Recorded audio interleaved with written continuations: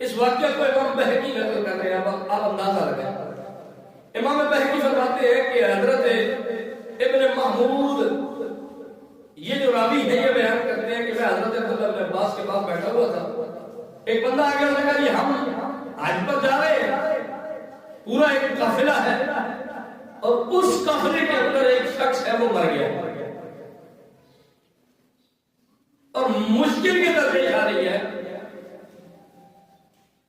مسئلہ یہ درپیش ہے کہ وہ جو مرنے والا مرا ہے نا، اس کے مرنے کے بعد چونکہ آپ اسے ساتھ تو لے کر جا نہیں سکتے، واپس اس کا گھر پیچھے بڑا دور ہے، اب مسئلہ ہمارے لیے یہ بنا ہوا ہے کہ اس کو دفن کرنا ہے۔ حضرت عبداللہ بن عباس نے کہا تو پھر دفن کرو، کس چیز نے روکا ہے تمہیں، کیوں نہیں دفن کرتے؟ انہوں نے کہا جی یہی تو مسئلہ ہے کہ ہم نے اس کی ایک جگہ پہ قبر کھودی ہے، جب قبر کھودی ہے تو اس کے اندر ایک بہت بڑا سیاہ رنگ کا سانپ نکلا ہے۔ حضرت عبداللہ بن عباس نے کہا پھر دوسری جگہ پہ قبر بنا لو۔ انہوں نے کہا جی کیا آپ یہ سمجھتے ہیں کہ ہم نے ایسا نہیں کیا ہوگا؟ حضرت عبداللہ بن عباس نے فرمایا پھر، انہوں نے کہا جی ہم نے ایک جگہ پہ قبر کھودی، وہاں یہی معاملہ، اس سے ہٹ کر دوسری جگہ پہ قبر بنائی، پھر یہی معاملہ، تیسری جگہ پر قبر بنائی، پھر یہی معاملہ۔ اب ہم مختلف جگہوں پہ مختلف قبریں بنا بنا کے تھک گئے ہیں، جہاں بناتے ہیں قبر تیار ہوتی ہی ہے تو یہ کالے رنگ کا سانپ قبر میں آ کے بیٹھ جاتا ہے۔ اب آپ بتائیں ہم کیا کریں؟ ہم قبریں کھود کھود کے تھک گئے ہیں، اوپر سے ہم مسافر ہیں، سفر کی تھکاوٹ الگ ہے، آپ صحابی رسول ہیں، عالم دین ہیں، آپ کے علم کا چرچا ہے، چھوڑا ہے، مسئلہ بتائیں۔ حضرت عبداللہ بن عباس نے فرمایا کہ تم اگر ساری زمین پر بھی اس کی قبر کھود دو تو یہ سانپ اور تمہیں نظر آتا رہے۔ انہوں نے کہا جی پھر کیا کریں؟ انہوں نے فرمایا جو قبر کھودی ہے اسی میں اس کو دفن کر دو، اور اسی حال میں کہ وہ سانپ بھی رہے تو تم اسے دفن کر دو۔ وہ کہہ لگی جی ہم نے دفن کر دیا، ہم دفن کر کے آگے جب واپسی ہوئی نا ہم اس کے گھر کی طرف چلے گئے، یار پوچھے تو صحیح کہ اس نے کون سی ایسی غلطی کی تھی، کون سی ایسی خطا تھی اس کی کہ رب نے اتنی بڑی سزا دی کہ جس جگہ پر قبر بنائی جاتی ہے، جس جگہ پر قبر کھودی جاتی ہے، اندر سے سانپ ظاہر ہوتے ہیں، اس کو کون سے گناہ کی سزا مل رہی تھی؟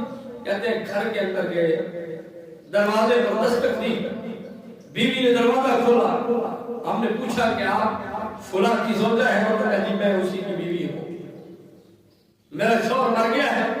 انہوں نے کہا جی ہاں ہم آپ سے صرف یہی پوچھنے چاہتے تھے کہ وہ کون سا ایسا کام کرتا تھا کہ جس کی وجہ سے اس کی پکڑ ہوئی ہے؟ تو بیوی کی آنکھوں میں آنسو آ گئے، اس نے کہا اس نے زندگی بھر ملاوٹ کی، یہ زندگی بھر ملاوٹ کیا کرتا تھا، یہ آٹے کا کاروبار کرتا تھا اور آٹے کے اندر یہ اللہ کی مخلوق کو لکڑی کا بورا ڈال کے مکس کر کے آٹے کے اندر لوگوں کو دیا کرتا تھا، بیچا کرتا تھا۔ فرمایا اس کی اس ملاوٹ کی وجہ سے اللہ نے اس کو یہ سزا دی۔ کبھی آپ نے سوچا، میں نے سوچا، ہم نے کبھی فکر کی اپنی قبر آخرت کی؟ یہ تو صرف ایک گناہ کی بات ہے، ایسے کئی سینکڑوں گناہ ہیں جو ہم مہینے میں ایک دفعہ نہیں، سال میں ایک دفعہ نہیں، ہفتے میں ایک دفعہ نہیں، بلکہ روزانہ کئی بار کرتے ہیں۔ کوئی خوف خدا نہیں،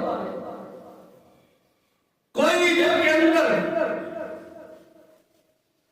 نہ خوف خدا ہے اور نہ رسول اللہ صلی اللہ علیہ وسلم کا خیال ہے، حیا ہے کہ ہم کیا کرنا چاہتے ہیں۔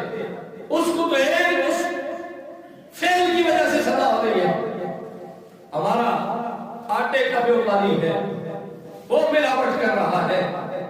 اگر کوئی مرچ مسالے کا کاروبار کرتا ہے وہ ملاوٹ کر رہا ہے، کوئی نمک کا کاروبار کرتا ہے اس کے اندر ملاوٹ کر رہا ہے. کوئی گھی بیچتا ہے، شہد بیچتا ہے، ہر بندہ اپنے طور پر اپنے طریقے سے اپنے انداز سے ملاوٹ کر رہا ہے. ناپ تول کی کمی کا معاملہ الگ. ابھی ناپ تول کی کمی کا گناہ شامل نہیں ہے، یہ صرف ملاوٹ کا گناہ ہے. وہ تول کے پورا دیتا تھا، تولنے میں کمی نہیں کرتا تھا، لیکن جو دیتا تھا ملاوٹ والا دیتا تھا. تو اتنی بڑی سزا ہے، آپ اندازہ لگائیں. تو ہم نے تو رب کو بالکل بھلایا ہوا ہے. ہم نے کبھی اس حوالے سے سوچا ہی نہیں ہے، کبھی غور ہی نہیں کیا کہ ہم کس طرح